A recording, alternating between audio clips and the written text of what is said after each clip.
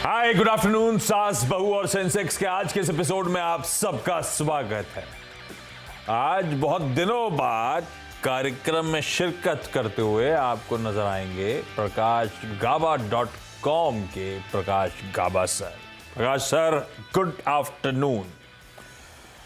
बस आ रहा हूं सर आपके पास, बातचीत की शुरुआत करेंगे। उससे पहले डायरेक्टर साहब प्लीज जरा वो WhatsApp number, toll free number, Twitter ID सब शेयर करिए स्क्रीन पे, रीच आउट करिएगा।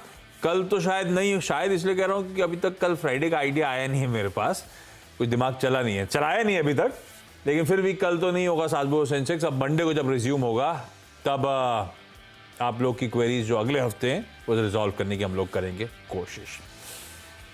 स्क्रीन पर रख दिया डायरेक्टर साहिबा ने बाजार आपके लिए। ये है एक्सपायरी का दिन, थर्सडे, और इंपॉर्टेंट इवेंट्स के बीच में अब थोड़ा सा दबाव बढ़ रहा है। इंडिकेशंस थे कि हम वीक रहेंगे क्योंकि यूएस के बाजार कल गिरे और उसके ऊपर फ्यूचर्स दबाव में कामकाज करते हुए नजर आ रहे हैं। कल के बाजार में अच्छा खासा दबाव था यूएस में, 1.5-2% के आसपास तक का डाउ 500 पॉइंट गिरा था, और आज भी थोड़ा सा वो प्रेशर ही नजर आ रहा है। और वजह है सिंपल सी, वो फेड के एक्शंस, भाई 75 बेसिस पॉइंट्स का रेट हाइक, आगे और एग्रेसिव रेट हाइक्स का डर, तो यूएस में थोड़ी सी प्रॉफिट टेकिंग आई। हमारा मार्केट तो फिर भी रेजिलिएंट था आज सुबह, कम कमजोर, रिकवरी का मोड। इंट्राडे चार्ट खोलिए स्क्रीन पे, निफ्टी इंट्राडे, तो लग रहा था हम थोड़ा रेजिलियंस हैं, आज भी संभाल रहे हैं। वो देखिए आपकी स्क्रीन पे शुरुआत हुई थी थोड़ी सी सुस्त, रिकवर हो रहे थे, ऑलमोस्ट इन ग्रीन पे पहुंच गए थे, पर वो उस समय आपने नोटिस करा होगा वो हमारे रुपए के फॉरेक्स मार्केट ने इंडिकेशंस दिए थे कि रिस्क ऑफ की शुरुआत हो रही है। रुपया एकदम से कमजोर, जिस पे हमने फिर 10 बजे फोनर भी लिया था, 80.3 पे खुल के 80.5 पे चला गया था, रिकॉर्ड लोज पे, और इस समय रुपया 80.7 के लेवल्स पर। ये अब तक के सबसे निचले स्तर, और लगातार हर टिक के साथ रुपए पे प्रेशर बढ़ रहा है।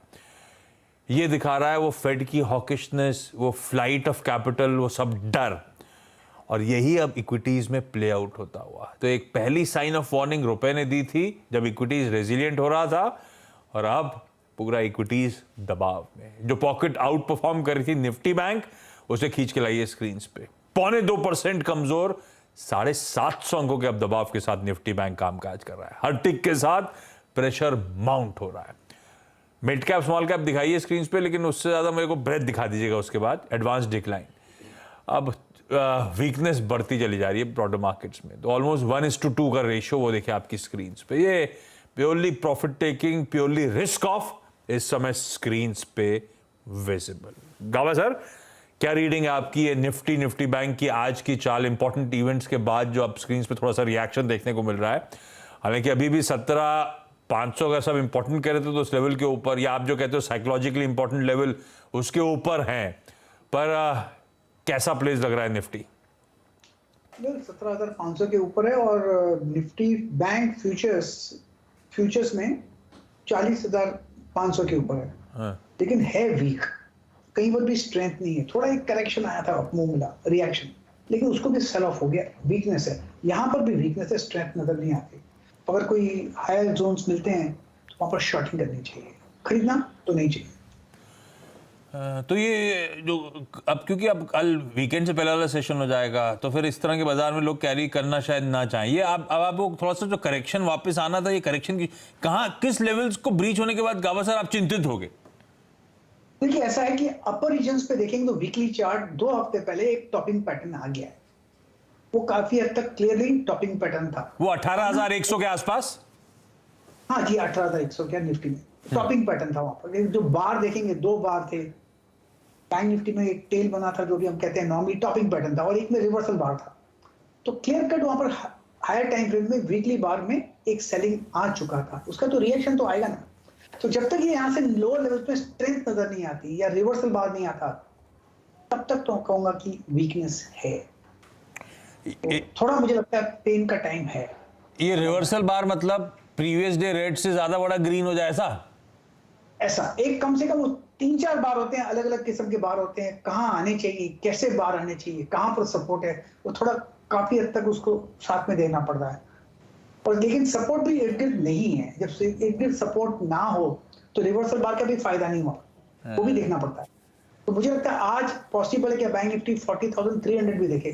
40,500 पर ट्रेड कर रहा है अभी, लेकिन अगर ये ब्रीच हो गया तो 40,300 भी पॉसिबल है। अगर 40,300 बैंक निफ्टी आ गया तो निफ्टी में तो गिरावट आएगी ना।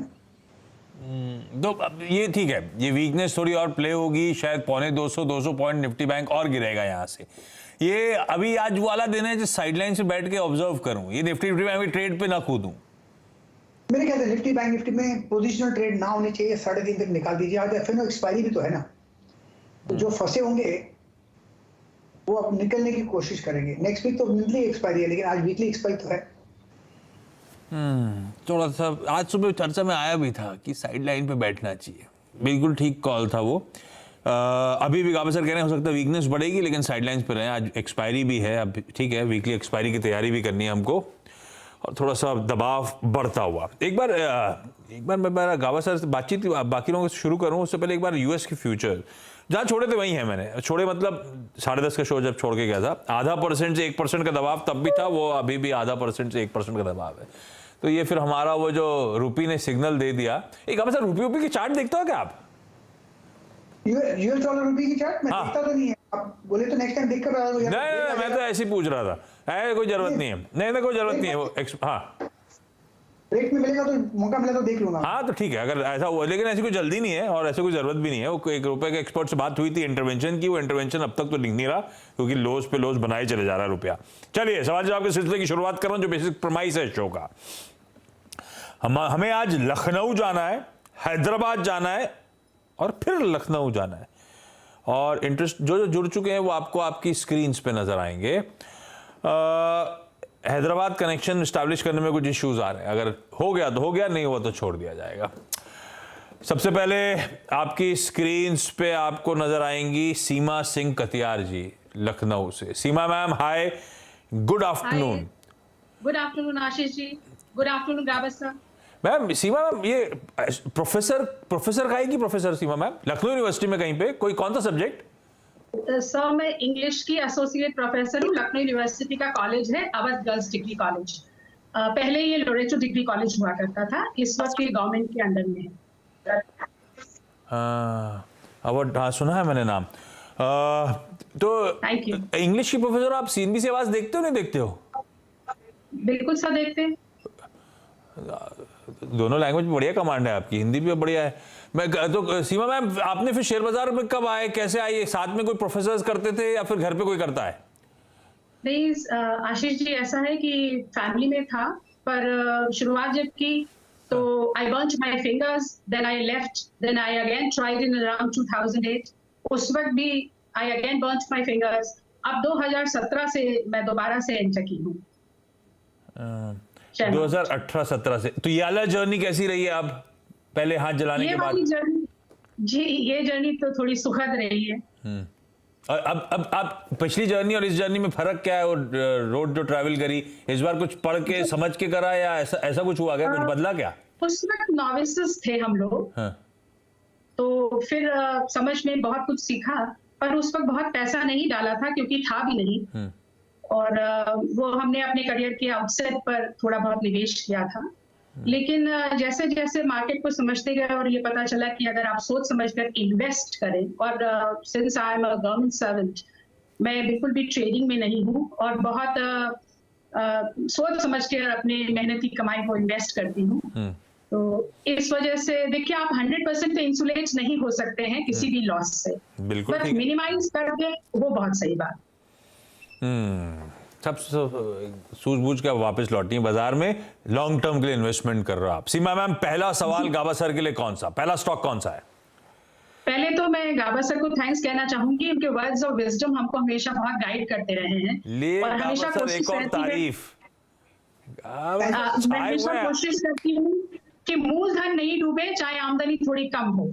हाँ, गाबा सर वैसे हमेशा कहते हैं रिस्क हमारे हाथ में, वो रिस्क मैनेज कर लो, रिटर्न तो बाद की बात है। गाबा सर सही बोला ना मैंने? जी सर बिल्कुल। जब सर मेरा पहला सवाल है, मैंने आईटीसी खरीदा है था 400 करीब 8 महीने पहले, जब ये मूव करना शुरू किया था 243 के रेट पर, दैट इज 243। और आज I have good profit on this, but I am a long term investor. मैं लंबे समय की निवेशक हूँ और मेरा जो मतलब पीरियड में रह सकती हूँ मार्केट में शेयर के साथ वो लगभग 5 से 6 साल का है। तो सर से मैं राय जानना चाहती हूँ कि इस वक्त मैं इसमें और ऐड कर सकती हूँ या यहाँ से एग्जिट करूँ या होल्ड करूँ। ये जब चलना शुरू हुआ तब आपने लिया, क्यों कन्विक्शन आया था आईटीसी में? आईटीसी तो बहुत सालों से फंसा हुआ स्टॉक, सब बोलते थे जाता नहीं, कहीं जाता नहीं। आपका कन्विक्शन कैसे आ गया था सही समय पे? नहीं, जब आप सर आप लोग को वॉच करते हैं तो इतना तो कन्विक्शन आ ही जाता है। गावस्कर की तारीफ फिर से हो रही है, गावस्कर की बात हो रही है, मैंने तो कभी नहीं बोला। आईटीसी गावस्कर, ये मैम को बढ़िया 100 रुपए का मुनाफा पर शेयर हो रहा है। अब ये लॉन्ग टर्म के लिए है, 5 साल 7 साल टाइम होराइजन, अच्छा डिसेंट टाइम होराइजन है। ये आईटीसी रखना चाहिए क्या, और रखना चाहिए क्या, और फर्दर ऐड करने लायक भी लगता है क्या आपको? आप होते तो क्या करते? वैसे गाबा सर डिस्क्लोजर दे चुके हैं, जब आईटीसी बहुत पिटा था, मेरे को तो याद पड़ रहा है वो जब एकदम से पैनिक बॉटम बना था 140 150 60, पता नहीं, मुझे याद नहीं आ रहा, तब गाबा सर ने डिस्क्लोजर दिया था कि मैं ले रहा हूं 135 पे। आप अभी भी लेके बैठे हो क्या? नहीं, अभी मैं निकल गया। ओके, अच्छा, किसी लॉन्ग टर्म इन्वेस्टर के लिए कॉल क्या होगा? सीमा मैम क्या करें 245 की बाइंग वाली? देखिए, आईटीसी स्टॉक बढ़िया है लॉन्ग टर्म के लिए, एक कंपनी बंद नहीं होने वाली है, कॉर्पोरेट गवर्नेंस भी अच्छा है, बहुत बढ़िया स्टॉक है। एक दूसरा, इसको आपने पूछा क्या ये ऐड करें, बिल्कुल ऐड करना चाहिए। कब? जिस दिन आपको डिविडेंड मिलता है उतना, तो उस दिन जितने आप जो भी स्टॉक प्राइस हो आईटीसी का, उस दिन आप एक्स्ट्रा ले लीजिएगा। ऐड कर सकते हैं जब भी कोई डिप्स मिलते हैं स्टॉक में, क्योंकि ये स्टॉक बढ़िया है लॉन्ग टर्म के लिए। इसके बिजनेस जो है काफी अच्छे बिजनेस है और सभी अच्छे कर रहे हैं। इसमें जब भी वैल्यू अनलॉकिंग होगी तब तो और मुनाफा मिलेगा। फिलहाल तो मेरे ख्याल से होल्ड है, अच्छा स्टॉक है फॉर लाइफ टाइम, 5-6 साल के लिए नहीं, for life time. Thank you so much. ये मैं मिस कर गया सुनना, जब डिप्स में बाय कहते हो तो अभी 350 वाला आईटीसी, पहला डिप कौन सा जो आपके लिए अट्रैक्टिव हो जाता है खरीदारी करने के लिए? मतलब डिप मतलब कितना, 5 रुपए 10 रुपए 20 रुपए, कहाँ अट्रैक्टिव होता है गाबा सर? एक्चुअली अगर कब नजरिया लॉन्ग टर्म का है तो फिर डिप देखना नहीं चाहिए, प्राइस देखना नहीं चाहिए, ले लो जब पैसा है उस दिन ले लो। इसलिए मैंने कहा डिविडेंड मिलता है उस दिन ले लो। अगर सपोज मार्केट क्रैश हो जाता है, आज मार्केट क्रैश है लेकिन फिर भी आईटीसी ऊपर है, हाँ। अगर डिप्स मिलता है, डिप्स यहाँ पर मिलेगा नहीं, लेकिन 300-310 में बहुत ही स्ट्रॉन्ग सपोर्ट है, वहां अगर मौका मिले ना तो ले लीजिएगा, लेकिन मुझे नहीं लगता वहां आएगा। तो लॉन्ग टर्म के लिए फिर भाव को ज्यादा नहीं, लेकिन आप जब पैसा हो तब डालते रहो। आपकी पहले भी कंफर्ट आ चुका है, पहली बाइंग तो बहुत अट्रैक्टिव लेवल से हुई है। सीमा में लौटता हूं अगली क्वेरी के लिए। लखनऊ से ही अश्मीत कौर तुलसी जी आपको आपकी स्क्रीन पे नजर आएंगी। Ashmeet ma'am, hi, good afternoon. Ashmeet ma'am, आप क्या करते हो लखनऊ में? Good afternoon. Good afternoon, Ashish. Good afternoon, Mr. Gaba.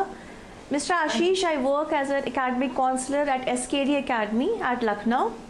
ये लखनऊ में सब पढ़ाई वढ़ाई की बातें करते हैं क्या? वो अभी प्रोफेसर साहिबा थी, आप काउंसलर साहिबा हो। Yeah, exactly. तभी सब में वो तभी कहते हैं लखनऊ की तहजीब Yeah. बहुत अच्छी होती है, सबको सिखा दिया जाता है बढ़िया तरीके से, ऐसा है क्या? Yeah, Lucknow is very famous for hospitality, हाँ। then intricate handicraft, food, mannerism, हाँ, and of course studies also. Yeah. और खाना और चाट और कबाब वबाब तो खैर, और वो मक्खन मलाई, ओफ, मैं बात खैर खाने के लिए लखनऊ जाना जाता है, इसमें कोई शक नहीं। अश्मीत मैम, कब से शेयर बाजार में, और आपकी पहली क्वेरी गाबा सर के लिए? Okay, actually my first rendezvous with the share market was when I started my career with Pfizer.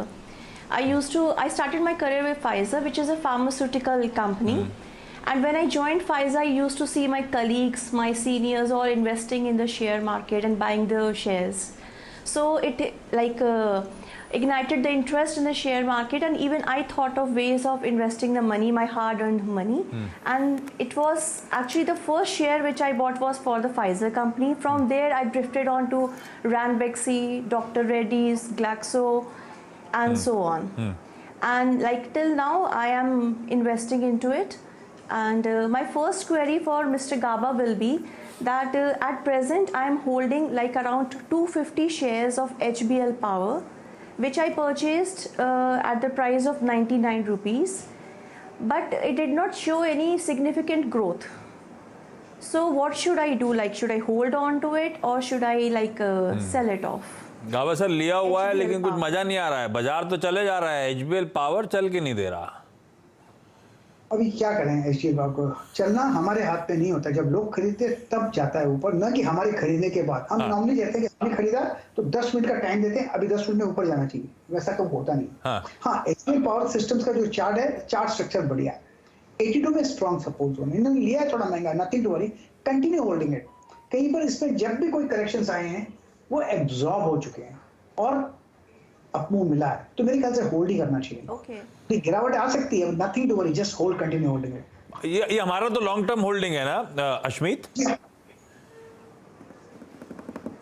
yes exactly, I want for long term investment only. I'm looking for long term investments. ठीक है, तो ये hold करना है, कोई घबराने की जरूरत नहीं है। गाबा सर को चार्ट अच्छा लगता है, कंपनी बढ़िया है एटलीस्ट चार्ट्स में। अश्मीत, अगली क्वेरी क्या है? Okay, thank you miss.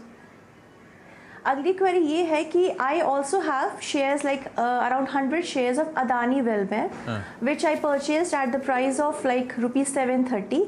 At present it is at 786 rupees. So what is the trend for that like? तो ये लेने का लॉजिक क्या था? ये those फंडामेंटल्स देखे थे, अदानी वेलमेयर बहुत चलता है इसीलिए लिया था, किस लॉजिक से उतरे थे आप? या बिल्कुल यही देख के लिया था कि like Adani is a good brand, it will yield me profit in the future, यही सोच के मैंने लिया था। तो how should I go about it, please guide that about that. ठीक है, भाई अदानी ग्रुप स्टॉक्स बहुत बड़े रिटर्न देते हैं। अदानी वेलमेयर भी ये सोच के लिया था कि अच्छे रिटर्न्स देगा, दे रहा है। गाबा सर 730 वाला 55 रुपए ऊपर ही है मेरी खरीद से। वैसे बहुत ज्यादा चार्ट हिस्ट्री है नहीं इसकी, लेकिन आपको तो जरूरत होती नहीं ज्यादा चार्ट की हिस्ट्री की। कैसा लग रहा था? ये स्टॉक होल्ड के लायक है, इसका चार्ट स्ट्रक्चर बढ़िया है। एक करेक्शन आया, उसके बाद वो भी एब्सॉर्ब हो चुका, अब ट्रेड कर रहे हैं 784 पे। मुझे लगता है जैसे ये ट्रेड कर रहा है उसके हिसाब से लगता है जो रीसेंट हाई हमने देखा है वो करीब हमने देखा है 860-70 के आसपास, शायद वो भी अटैक में है, और वो पार कर लेगा तो फिर नेक्स्ट टेक्निकल टारगेट 1000 रहेंगे। इसमें कोई वीकनेस नहीं है। हाँ, 550-600 में स्ट्रॉन्ग सपोर्ट जोन है, वहां पर भी अगर आता है तो मेरे ख्याल से वहां से एक बाउंस मिलेगा। मैम बिल्कुल, जिसमें तो घबराने का ही नहीं है। गाबा सर कह रहे हैं बढ़िया है और प्रीवियस हाईज की तैयारी कर रहा है और हो सकता है इवेंचुअली 4 डिजिट का स्टॉक हो, तो होल्ड करिएगा आप मैम इसको। सीमा मैम, अगला क्विकली सवाल आईटीसी के बाद। सर मेरे पास टाटा एलेक्सी 400 है। हाँ। वो मैंने 900 के रेट पर खरीदा था, पर इसको लिए हुए काफी समय हो चुका है। So can I add Tata Elxsi at current prices to my portfolio? गजब कर रखा है आपने तो, 900 रुपए पे 8000 का मुनाफा। गावा सर, आपने सवाल सुन लिया है, क्या करा जाए भाई? पर मुझे ये लगता है टाटा एलेक्सी जब से लिस्ट हुआ है उसके बाद लगातार 750 to 10,000 भी चला गया, इसमें करेक्शंस आए ही नहीं, जो आए वो खा गए।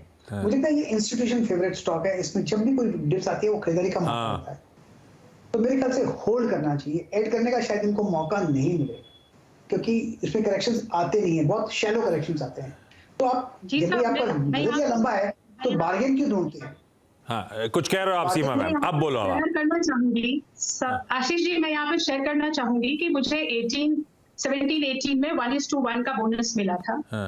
तो उसमें आप लोग कई बार कहते हैं कि थोड़ा सा पैसा निकाल लेना चाहिए, तो मैंने पिछले साल 400 शेयर इसके बेच दिए लगभग 3200 के रेट पर, और अब मैं उसको दोबारा पकड़ नहीं पाई और मुझे दोबारा खरीदने का मौका ही नहीं मिला, डिप्स आए ही नहीं वहां पर। ये बड़ा मुश्किल है, कब मुनाफा बांधो, कौन सा स्टॉक कब मल्टीबैगर बन जाएगा। गाबा सर वही मुनाफा बांधने की बात करी, खैर ठीक भी है, कभी कभी मुनाफा बुक करना चाहिए। समझा देता हूँ, जब डबल हो जाता है नॉर्मली मेरा प्रिंसिपल है 50% तो बेच दो, फिर डबल हो जाए फिर 50% बेचो, फिर डबल हो जाए 50% बेचो। तो आपका ये आप कभी अब टॉप होगा या कब बॉटम होगा कोई नहीं बता सकता, जो बताता है वो झूठ बोलता। तो इसलिए मैं कहता हूँ कि प्रॉफिट बुकिंग होनी चाहिए, लेकिन इस प्रिंसिपल से नॉर्मली प्रॉफिट हो जाता है।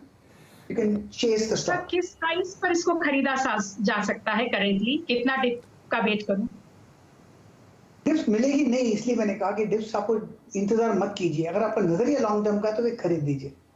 जी sir, thank you so much sir. Dips मिलेंगी नहीं, बाकी आती नहीं है। इतने कंसर्न, इतनी खराब ब्रोकरेज रिपोर्ट वैल्यूएशंस को लेकर, और टाटा एलेक्सी अभी भी डटा, अब तो खैर आईटी करेक्ट हो रहा है तो सेक्टर इंपैक्ट है, अदरवाइज डटा खड़ा हुआ आपको अभी भी नजर आएगा ऑलमोस्ट 9000 के लेवल्स पर। Seema ma'am, Ashmeet ma'am, thank you so much जुड़ने के लिए। गाबा सर, थैंक यू बहुत बढ़िया तरीके से सारी क्वेरीज सॉल्व करने के लिए। चलिए ब्रेक के बाद आपका स्वागत है।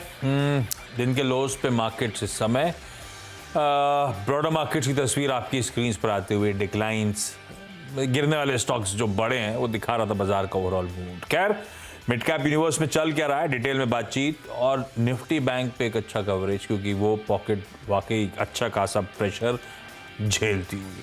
तो एक्सपर्ट्स के साथ होनी है चर्चा ब्रेक के उस पार मिड कैप मंथ में। नमस्कार।